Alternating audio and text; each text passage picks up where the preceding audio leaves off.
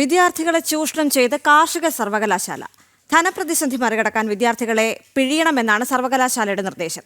Semester fees ഇരട്ടിയിലധികം ഉയർത്താനാണ് academic council നിർദ്ദേശിച്ചിരിക്കുന്നത്. സാനു കെ സജീവ് ചേർന്നുണ്ട്. കൂടുതൽ വിവരങ്ങളുമായി സാനു, നമുക്കറിയാം വിദ്യാർത്ഥികളെ വലിയ രീതിയിൽ ചൂഷണം ചെയ്യുന്ന ഒരു തീരുമാനമാണ് ഇപ്പോൾ കാർഷിക സർവകലാശാലയുടെ ഭാഗത്തു നിന്നും ഉണ്ടായിരിക്കുന്നത്. ഇപ്പോൾ വിദ്യാർത്ഥികൾ ഈ വിഷയത്തിൽ എങ്ങനെയാണ് പ്രതികരിക്കുന്നത്?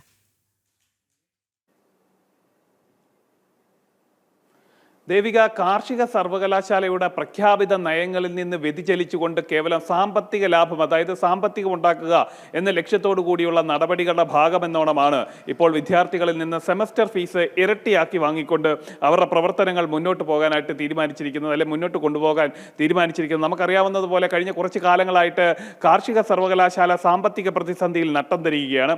ആ ഒരു അവസ്ഥയിൽ നിന്ന് കരകയറാൻ, അല്ലെങ്കിൽ ഈ ആഭ്യന്തര ഫണ്ട് സ്വരൂപീകരണത്തിന്റെ ഭാഗമായി ഇവർ ഇത്തരം നടപടികൾ ആരംഭിച്ചിട്ടുള്ളതെന്നാണ് ഈ അക്കാദമിക് കൗൺസിൽ തന്നെ വ്യക്തമാക്കുന്നത്.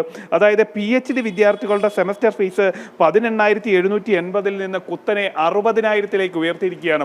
എത്ര രൂപയുടെ വർധനമാണ് സെമസ്റ്റർ ഫീസിൽ തന്നെ വന്നിരിക്കുന്നതെന്ന് നമുക്കറിയാം. അതുപോലെ അതിൻ്റെ അതേ രീതിയിൽ അതേ നിലവാരത്തിൽ തന്നെയാണ് മറ്റെല്ലാ വിഭാഗങ്ങളിലുമുള്ള ഫീസ് വർധന ഉണ്ടായിരിക്കുന്നത്.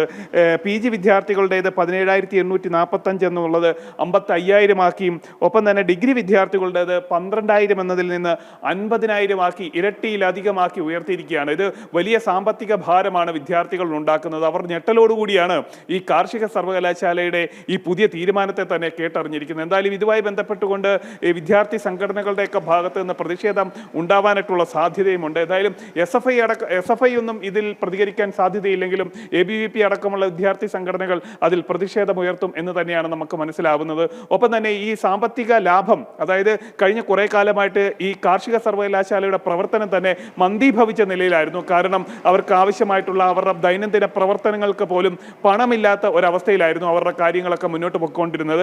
ആ ഒരു സാഹചര്യത്തിലാണ് ആ പണം കണ്ടെത്തുക, ആഭ്യന്തരമായിട്ടുള്ള പണം കണ്ടെത്തുന്നതിന് വേണ്ടി വിദ്യാർത്ഥികളെ തന്നെ ചൂഷണം ചെയ്യാമെന്നുള്ള ഒരു നിലപാടിലേക്ക് അവർ മാറുകയും ഇത്തരത്തിലുള്ള സെമസ്റ്റർ ഫീസുകൾ ഇരട്ടിയിലധികമാക്കി വർദ്ധിപ്പിച്ചുകൊണ്ട് ആ ഭാരം വിദ്യാർത്ഥികൾക്ക് മേലിലേക്ക് തട്ടിയിടുകയും ചെയ്യുന്ന ഒരു സാഹചര്യം ഉണ്ടായിട്ടുള്ളത്. ദേവിക.